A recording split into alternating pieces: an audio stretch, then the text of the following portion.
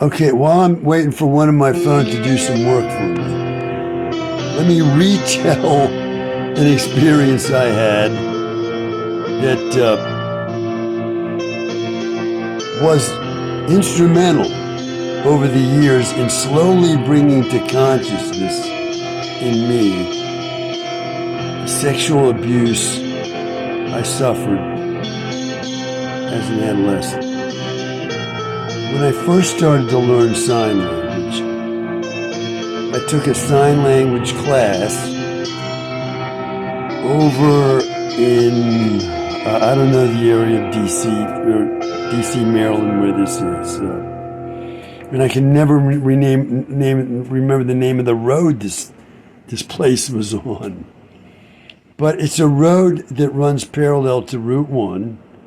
And if you take like East-West Highway from Route 1 and you head westward, you come to this road. It's like Route 1. It's a similar road.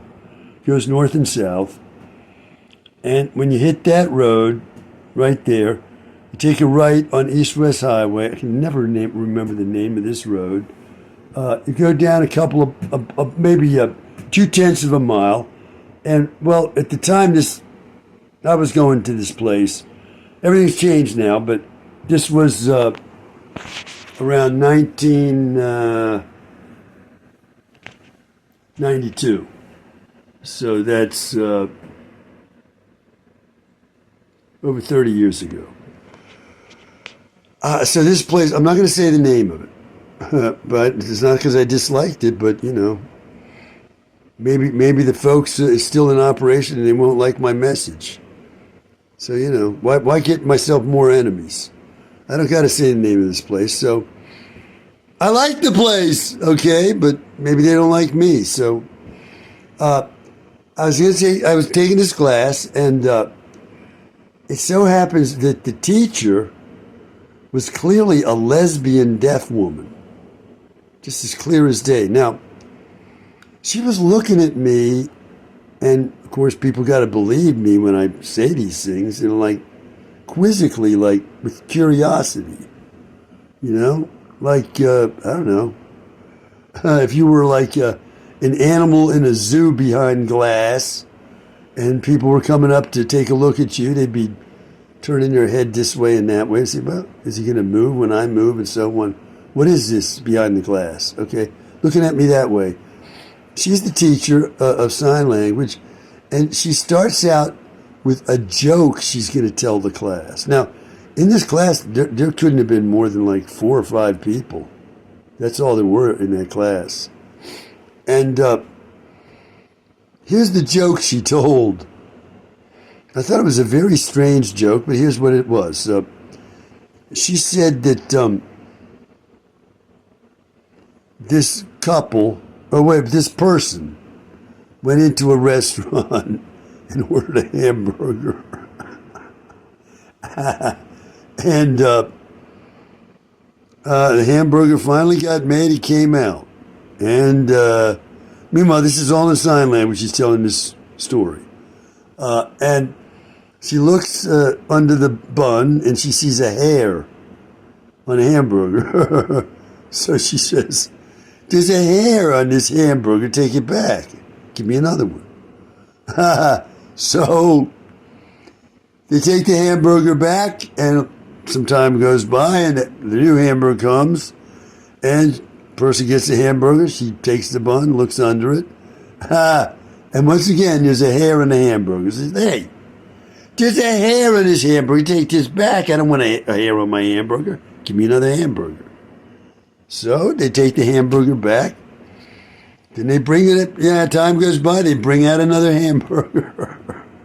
The woman lifts the bun off and takes a look. There's a hair.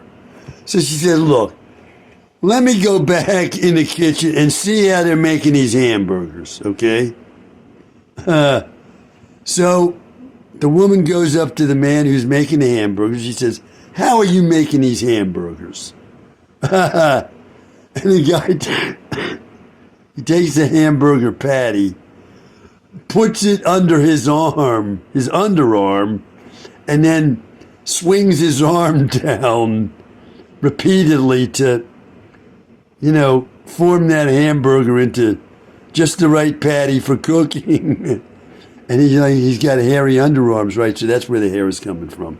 This is the weird joke. But what does the joke say? It says that something commonplace that you never suspect there to be any kind of a problem. Like making a hamburger patty is about as simple as you can get, right? But here, the hamburger patty is being made in this highly bizarre way. Now, this is for a joke, but how does that go toward helping me understand what had been happening to me while I was growing up? Okay? I'm going out in public and people are seeing a hair on me. I'm the hamburger patty. And I go up and present myself to others. And they say, hey, there's a hair on this hamburger. I don't want it like that. Take it back. They don't want me and they reject me. So nobody understands where this hair, this bizarre factor of my appearance is coming from that's ruining my appearance and ruining what I am. I mean, nobody wants a hair on their hamburger, right? So I find on review of all the bizarre circumstances of my youth that the explanation has to be that this medical doctor father of mine was male raping me when he had me etherized while I was asleep.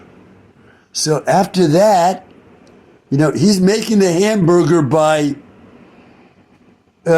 forming the patty under his underarm that he's flapping on that patty.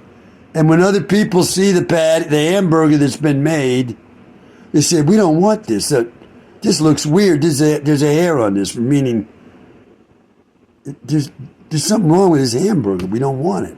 And that's a weird joke that you could say it was kind of like an unconscious communication from this deaf teacher who was looking at me quizzically, and then this joke occurred to her as she's looking at me in this way where she's like, what is it with this guy? She's looking at me quizzically, and then this joke comes to her.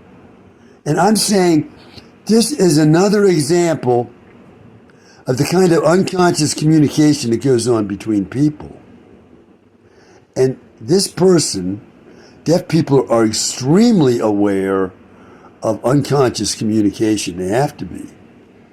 Their ability to perceive and understand unconscious communication is a crucial part of their ability to survive in what they call the hearing world. They can't hear and talk with other folks the way so-called normal people can.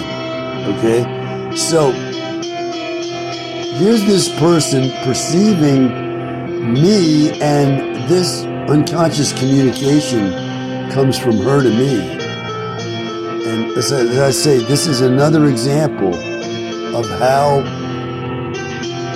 gradually, through unconscious communications and awarenesses like this, I finally had to admit to myself that these horrific crimes had been committed on me by my own father.